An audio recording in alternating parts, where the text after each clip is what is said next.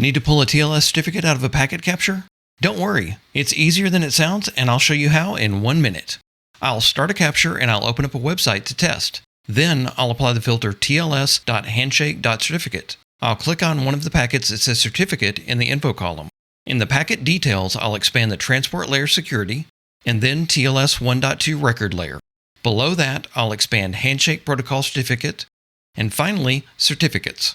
We see 2 certificates. Yours may say truncated, and that's fine. It only affects how Wireshark displays them here. To save the first one, right-click it and select Export Packet Bytes. I'll note where I'm saving this so I can find it later.